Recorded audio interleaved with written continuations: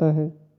आज की वीडियो में हम समझेंगे कि 7 लैम्प्स ऑफ एडवोकेसी क्या है और कौन से ऐसे लैम्प्स हैं जो कि एक एडवोकेट की लाइफ में इम्पोर्टेंट रोल निभाते हैं।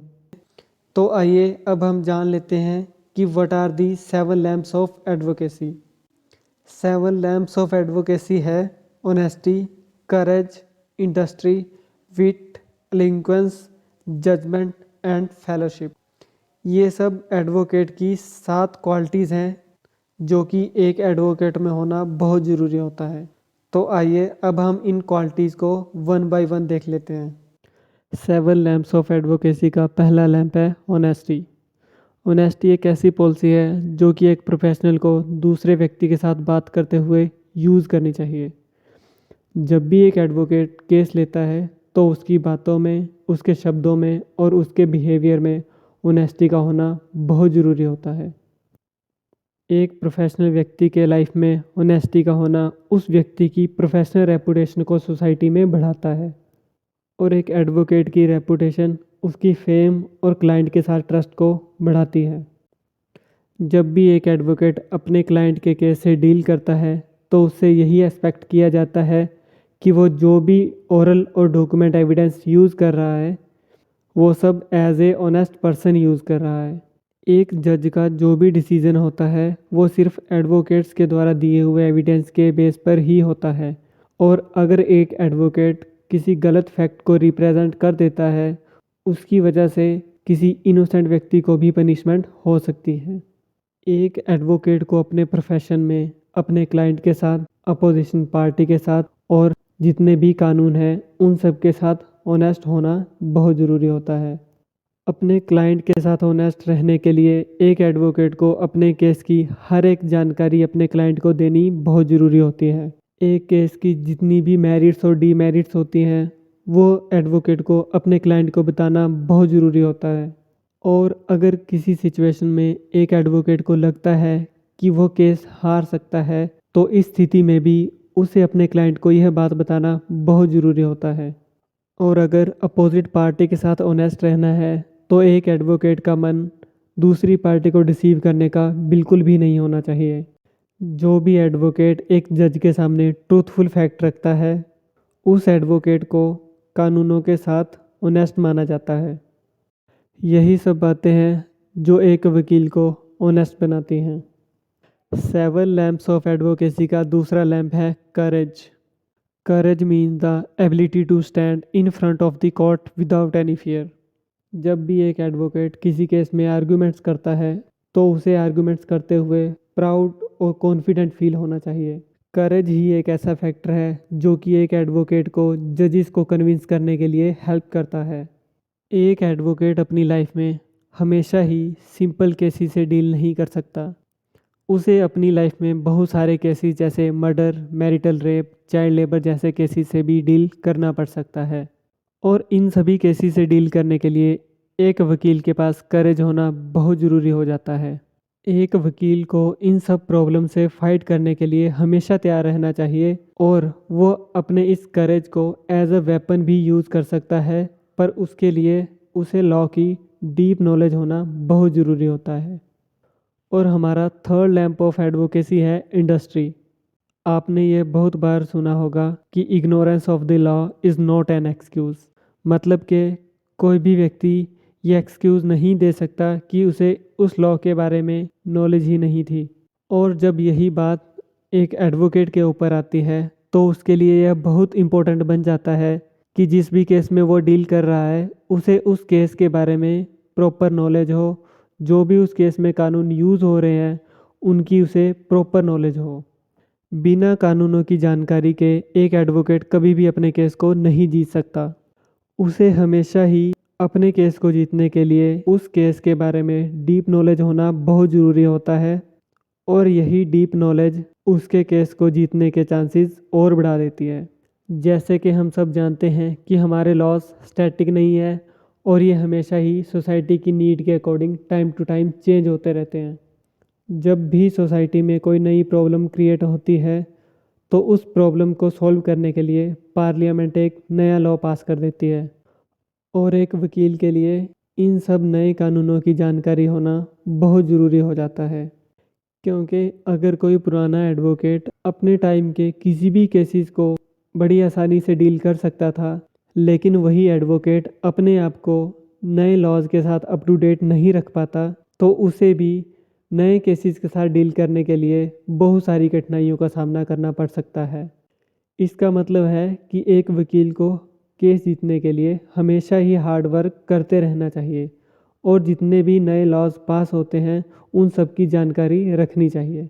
और एडवोकेसी का अगला लैंप है विट। विट को हम एडवोकेट की इंटेलिजेंस बोल सकते हैं। बीइंग ए प्रोफेशनल, एक एडवोकेट के पास विट और सेंस ऑफ ह्यूमर होना बहुत ज़रूरी होता है। ये विट ही है जो कि एक वकील को शांत और एक्टिव बनाए रखती है।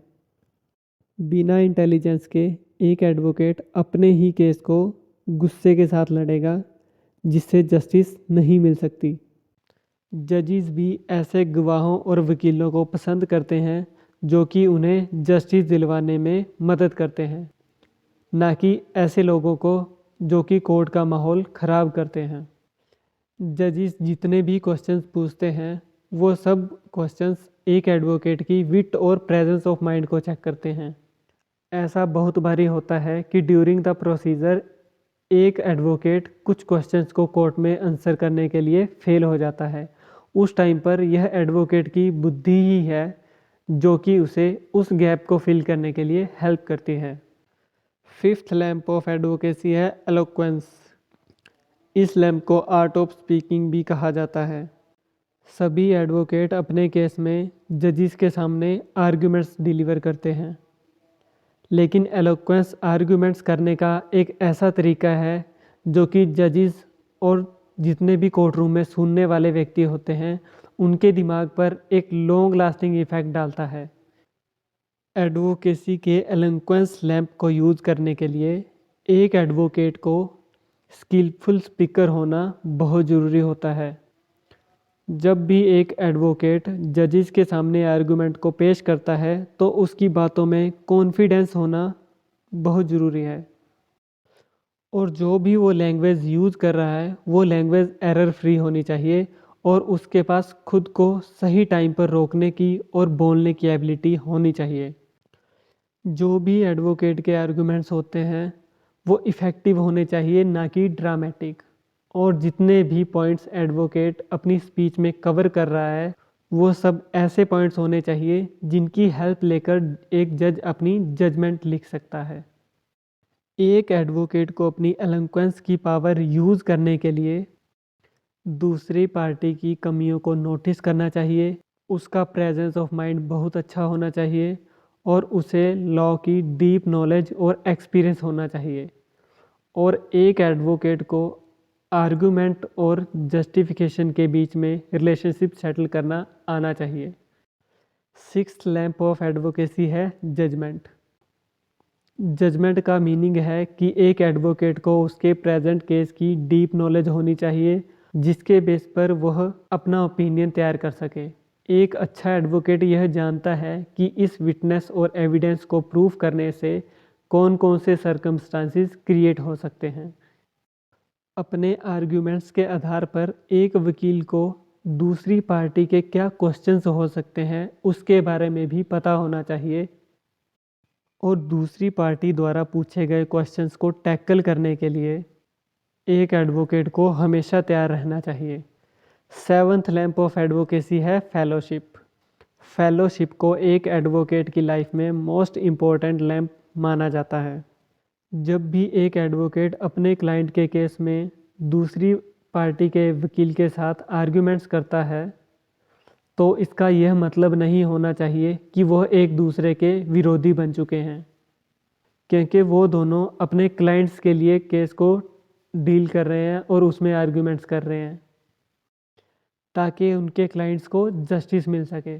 एक एडवोकेट को ड्यूरिंग द आर्ग्यूमेंट्स और आर्ग्यूमेंट्स के ख़त्म हो जाने के बाद अपोजिट एडवोकेट की रिस्पेक्ट करनी चाहिए, और अपोजिट एडवोकेट की रिस्पेक्ट के साथ साथ एक अच्छा एडवोकेट अपने जजिस की भी रिस्पेक्ट करता है। अगर किसी केस में डिसीज़न आपके फेवर में नहीं भी आता है उस केस में भी आपको अपने अपोजिट एडवोकेट और जज की रिस्पेक्ट करनी चाहिए। तो ये थे 7 लैम्प्स ऑफ एडवोकेसी जो कि जज एडवर्ड अबॉट पेरी ने दिए थे।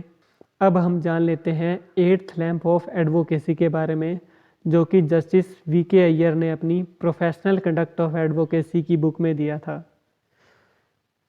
उन्होंने टैक्ट को as a 8th lamp of advocacy कहा था। बहुत बारी ऐसा हो जाता है कि सीरियस आर्गुमेंट्स की वजह से कोर्ट रूम का जो माहौल होता है वो ख़राब होने लग जाता है। उस समय में एक वकील को पता होना चाहिए कि उस सिचुएशन को कैसे डील किया जा सकता है। सिचुएशन को डील करने के लिए एक एडवोकेट को चाहिए कि वो अपने क्लाइंट को कंट्रोल करे, अपोजिट पार्टी के एडवोकेट्स को कंट्रोल करे और उस सिचुएशन को कंट्रोल करने के लिए जजेस की हेल्प करे।